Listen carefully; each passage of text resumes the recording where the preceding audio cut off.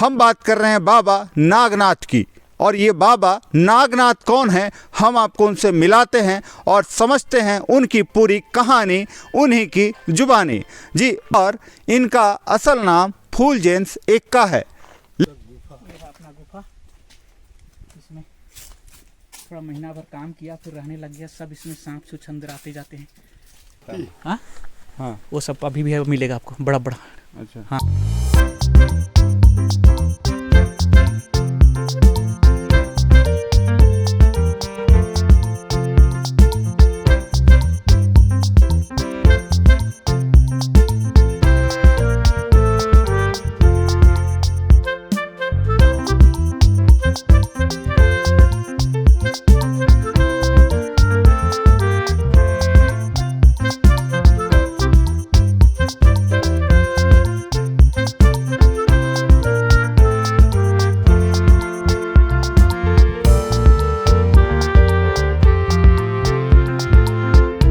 नमस्कार, मैं योगेश, आप देख रहे हैं जशपुर जंक्शन। अब तक आपने जल जंगल जमीन के लिए लोगों को लड़ते देखा होगा, झगड़ते देखा होगा, लेकिन हम आपको आज एक ऐसी शख्सियत से मिलाने जा रहे हैं जिसने न केवल अपना जीवन जल जंगल जमीन के लिए समर्पित कर दिया, बल्कि आज निर्वस्त्र होकर वे जंगलों में केवल इसलिए मौजूद हैं कि वे अपने जल जंगल जमीन की सुरक्षा कर सकें और आने वाले भविष्य के लिए एक नया कल गढ़ सकें। जी हाँ, हम बात कर रहे हैं बाबा नागनाथ की। और ये बाबा नागनाथ कौन है, हम आपको उनसे मिलाते हैं और समझते हैं उनकी पूरी कहानी, उन्हीं की जुबानी जी। बाबा जी, स्वागत है आपका। आए और नमस्ते, जय जोहार। और थोड़ा सा पास आइए। आप स्क्रीन पर मेरे साथ जो देख रहे हैं, ये हैं बाबा नागनाथ। और अभी हम इनकी जुबानी सुनेंगे कि आखिर नागनाथ बनने की कहानी कहाँ से शुरू हुई और अंततः जल जंगल जमीन की सुरक्षा के लिए, उसके संवर्धन के लिए, उसके संरक्षण के लिए इन्होंने घर बार क्यों छोड़ दिया और जंगल में, गुफे में क्यों रह रहे हैं। जी, आपका बहुत बहुत स्वागत है जशपुर जंक्शन में। धन्यवाद। और जी बाबू जी, बताएं कि आखिर आपको जंगल में रहने की ज़रूरत क्यों पड़ी। देखिए, मैं जब यहाँ आया उस समय मैं चूँकि लगभग 10-12 साल से साधना कर रहा था, तो गांव में तो मैं रह नहीं सकता था, क्योंकि मैं खाली 6-7 दिन रहने के बाद मुझे अच्छा नहीं लगने लगा गांव। तो मैं जंगल में गुफा ढूंढ रहा था और यहाँ मिल गया। लगभग कितने साल हो गए आपको यहाँ पर रहते हुए। यहाँ मुझे अभी 5 साल हो गया मोटा मोटा। इससे पहले मैं गुजरात में रहता था और पूरे इंडिया में घूमता था और साधना वगैरह किया करता था मेरे गुरु के साथ। आपकी इंग्लिश भी बहुत अच्छी है। आप इंग्लिश में अपना करियर क्यों नहीं बना पाए, आखिर क्यों छोड़ा आपने इंग्लिश को। मैंने इंग्लिश तो ठीक है, मैंने रायपुर में भी कोचिंग खोला था और पढ़ाया था सक्सेसफुली। और उसके बाद अहमदाबाद जैसे बड़े शहर में भी मेरा नाम था, Ekka Fulgens school of English and self development के नाम में। और वहाँ मैंने बहुत सफलतापूर्वक लोगों को 3 महीने में वर्ल्ड क्लास अंग्रेजी सिखाया। लेकिन एक जब समय आ गया तो वो सब छूट गया। मैंने कोई भी चीज़ को छोड़ा नहीं, ना मैंने संसार को छोड़ा, ना मैंने मेरा करियर को छोड़ा। पर एक समय जब आ जाता है तो सब चीज़ अपने आप छूट जाता है। इसलिए आज भी मैं बिना किताब का अंग्रेजी सिखा सकता हूँ, ये मेरा दावा है। वो भी साधारण नहीं, वर्ल्ड क्लास का। यानी कि I can teach English, world class English, and after that you can go to UK, US, Canada and successfully can communicate with people of native speakers, and after that you can come back also to India and whatever you can say. Though तो दोस्तों, आप देख सकते हैं कि बाबा जी की English कितनी अच्छी है। और मैं आपको उस हकीकत से रूबरू कराना जा रहा हूं कि आखिर बाबा बनने के पीछे इनकी पूरी कहानी क्या है। आपको मैं बता दूं कि यह बगीचा विकास खंड के शरब कोम्बो के बथान टोली गांव के रहने वाले हैं और इनका असल नाम फुलजेंस एक्का है। लेकिन जब 2018 में पत्थरगड़ी की हवा चली तो अनावश्यक इन्हें विवादों में रहना पड़ा और पुलिस ने इन्हें जेल भेज दिया। और जहाँ से वापस आने के बाद ये बाबा नागनाथ बन गए और इन्होंने घर बार छोड़कर जंगल में अपना आशियाना बना लिया। आइए समझते हैं कि आखिर इसकी ज़रूरत इन्हें क्यों पड़ी। जी बताएं। बाबा यानी साधु तो मैं पहले ही बन चुका था और असल में मैं हिमालय जाने की तैयारी कर रहा था और इसलिए चूंकि मैं लगभग 38 साल के बाद वहाँ से आया था, यानी गुजरात से आया था, और मैं परिवार चाहे तो गांव वालों को आखिरी विदाई लेने के लिए आया था। इसी सिलसिले में बिना कारण से मुझे जेल में डाल दिया गया और 4 महीना जेल में रहने के बाद हाई कोर्ट से बेल में अभी हूँ और हर महीना मुझे पेशी भी जाना पड़ता है। लेकिन चूंकि मैं पहले से साधु था इसलिए संसारी लोगों के साथ तो रह नहीं सकता था, तो इधर जंगल में रहने लगा और गुफा में रहने लगा और समझने लगा। तो एक दिन मुझे ऐसा लगा कि मैं जंगल में अकेले रहता हूँ और वहाँ मुझे अपना घर जैसा लगता है।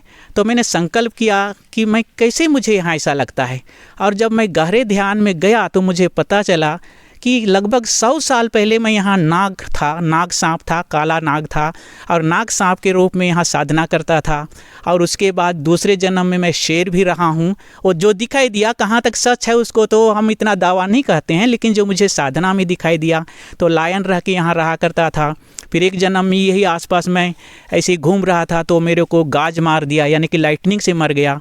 तो इसीलिए मैं शायद इधर आया और इधर रह गया। अच्छा ये बताएं, आपने यहाँ पर एक गुफा भी बनाया है, उस गुफे में आप निवास करते हैं और इसके साथ ही जो ये बहुत बड़ा जंगल है, जाम पानी का जंगल, इसको आपने सुरक्षित रखा हुआ है और बिल्कुल हरा भरा करके इस पूरे क्षेत्र को रखा हुआ है। तो आखिर इसको करने में कितने वर्ष लग गए आपको? यहाँ मैं अभी 5 साल से रह रहा हूँ और जब मैं यहाँ रहने के लिए जंगल डिपार्टमेंट से अनुमति लेने के लिए गया कि मैं यहाँ रहना चाहता हूँ और जब तक मेरा यहाँ पेशी वगैरह हियरिंग ख़त्म नहीं हो जाता है मैं यहाँ साधना करूँगा बोला, तो शुरू में तो वो लोग डर गए क्योंकि उन लोग मुझे पहचानते नहीं थे। नहीं नहीं नहीं, ऐसा करोगे तो हमारी तो नौकरी चली गई जाएगी, ऐसे सब बोलने लगे। लेकिन लगभग 6 महीना के बाद उन लोग समझे और मेरे बारे में पूछ पछाड़ किए और गाँव वालों ने भी बोला नहीं हो तो गाँव का ही और अच्छा आदमी है। मेरी जो पूर्व कहानी उन्होंने बताया तो जंगल डिपार्टमेंट के लोग खुद ही यहाँ आके मुझे बोले कि बाबा आप यहाँ रहो, क्योंकि आप रहोगे तो जंगल बचेगा और आप अगर नहीं रहोगे तो जंगल को 2 साल में गांव के लोग चटनी बना देंगे। ये उन्हीं का वाक्य है। तो मैं पहले तो जंगल वगैरह के बारे में बहुत नहीं समझता था, चूँकि मैं पढ़ता लिखता तो ज़रूर था, लेकिन यहाँ रहने के बाद मुझे धीरे धीरे समझ में आने लगा कि हम यानी हमारा जीवन जल से, जंगल से और ज़मीन से जुड़ा हुआ है। उसको मैं आध्यात्मिक दृष्टि से भी बहुत अच्छी तरह से समझता हूँ। और हमारा जो पार्थिव शरीर है, यानी कि ये जल से, जंगल से, ज़मीन से और सूर्य की रोशनी से खास रूप से बना हुआ है, जो कि 96% हमारा शरीर जल, जंगल और ज़मीन और सूर्य की रोशनी से बना हुआ है।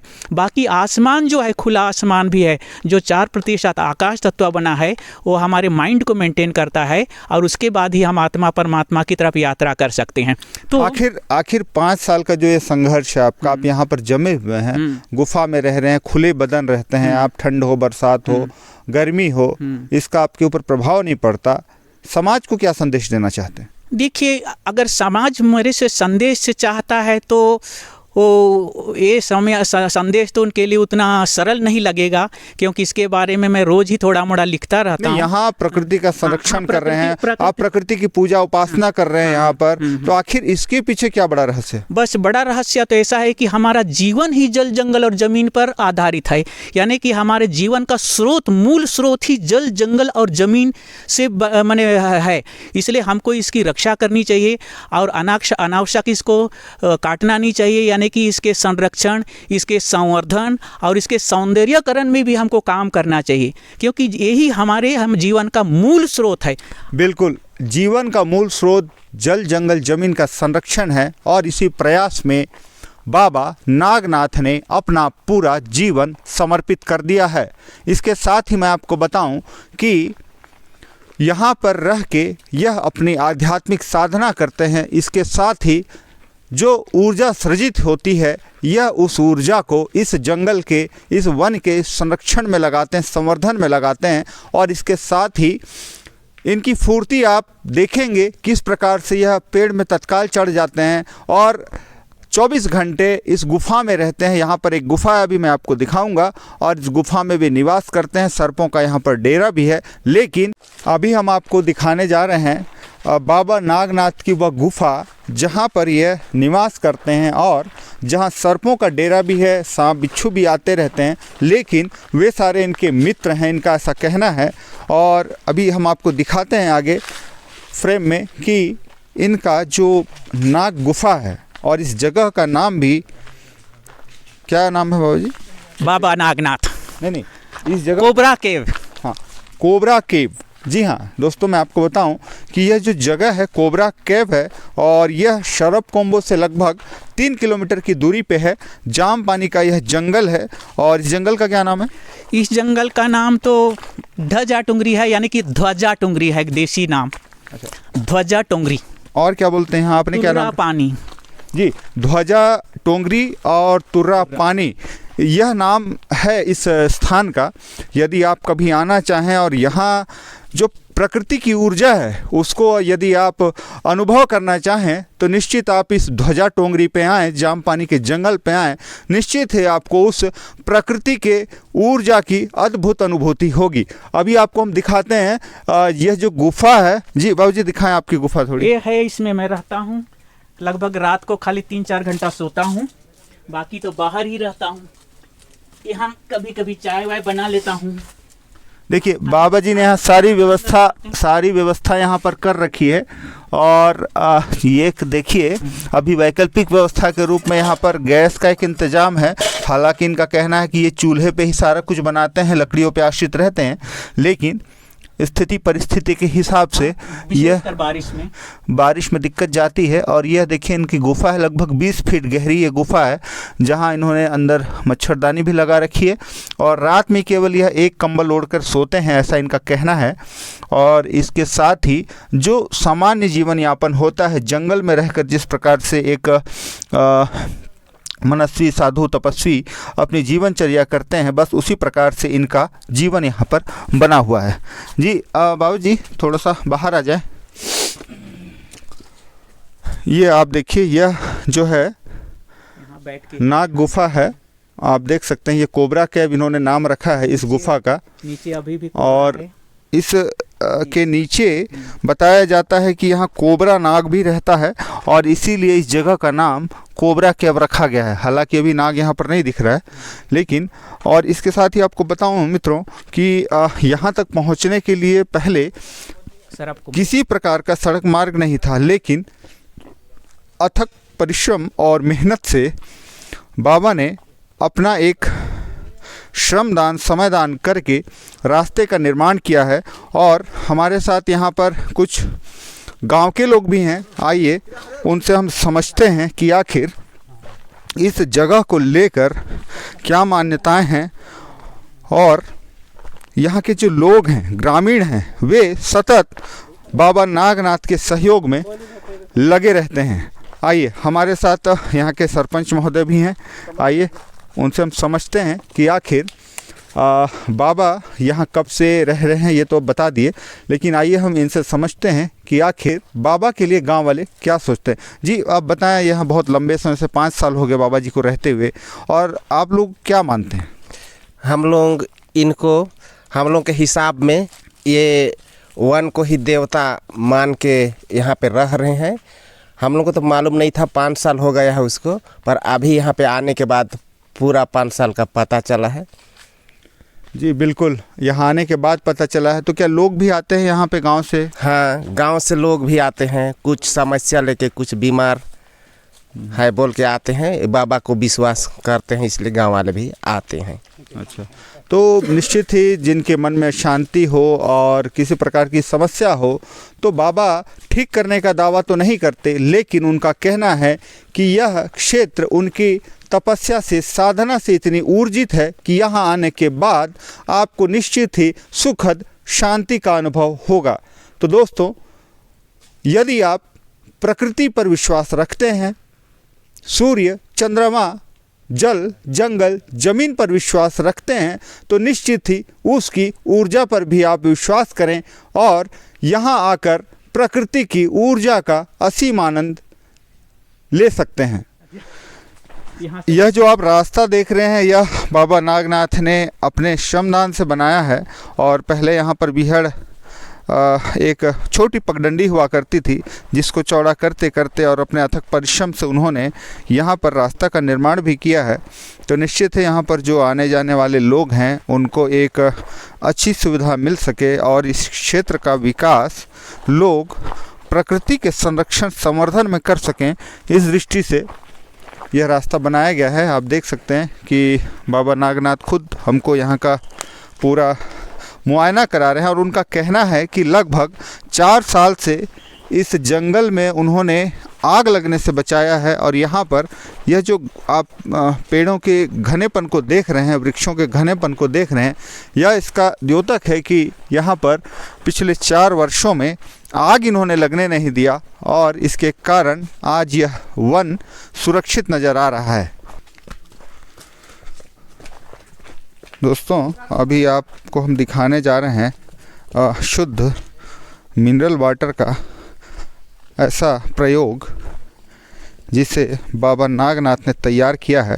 और उनका दावा है कि इससे शुद्ध जल मिनरल वाटर आपको नहीं मिल सकता। जी बाबू जी बताएं। बस ये है मेरा नहाने का, ये मेरा नहाने का है, जहाँ मैं रोज़ 3 बजे आके नहाता हूँ साल भर, चाहे बारिश हो या सर्दी हो या गर्मी हो, जिसकी वजह से क्या है हम लोग का मन शांत रहता है और हम लोग शांत रहते हैं। और दूसरा पीने का पानी यहाँ है, यहाँ से डायरेक्ट पीता हूँ, यहीं से पी लेता हूँ और थोड़ा मोड़ा ले जाता हूँ। ये देख सकते हैं दोस्तों, पानी है आपकी ये तुर्रा का जल है और यह पहाड़ों से सृजित हो रहा है यह पानी। और इनका दावा है कि यह बिल्कुल शुद्ध है और इसको जो कि नेचुरल वाटर है, नेचुरल वाटर है, बिल्कुल मिनरल वाटर है जी, ऐसा है। तो इसलिए ऐसे नेचुरल मिनरल वाटर को भी हमको सुरक्षित रखना बहुत ज़रूरी है, क्योंकि हम लोग अच्छी तरह से जानते हैं कि हमारे शरीर में 72% पानी है। आदमी खाली पानी केवल पिए तो भी 90 दिन तक जी सकता है। और क्या कहना चाहिए, भोजन पानी दोनों को अगर छोड़ दे तो भी आदमी जो है ना कम से कम 30 दिन तक जी सकता है। इसलिए स्वच्छ पानी को पीना बहुत ज़रूरी है और पानी को साफ रखना भी बहुत ज़रूरी है। और जंगल की रक्षा करना तो बहुत ही ज़रूरी है, इसके बारे में तो आप लोग जानते हैं। बिल्कुल, जंगल की रक्षा करनी बहुत ज़रूरी है। और अगली बार हम फिर मिलेंगे बाबा जी के नए प्रयोग के साथ में। तब तक के लिए विदा लेते हैं, धन्यवाद। यह बहुत ही विलक्षण प्रतिभा है कि खुले बदन साल के 12 महीने रहना और केवल प्रकृति की गोद में प्रकृति के साथ जीवन यापन करना किसी साधु सन्यासी महात्मा से कम नहीं है। आप देखते रहें जशपुर जंक्शन। धन्यवाद।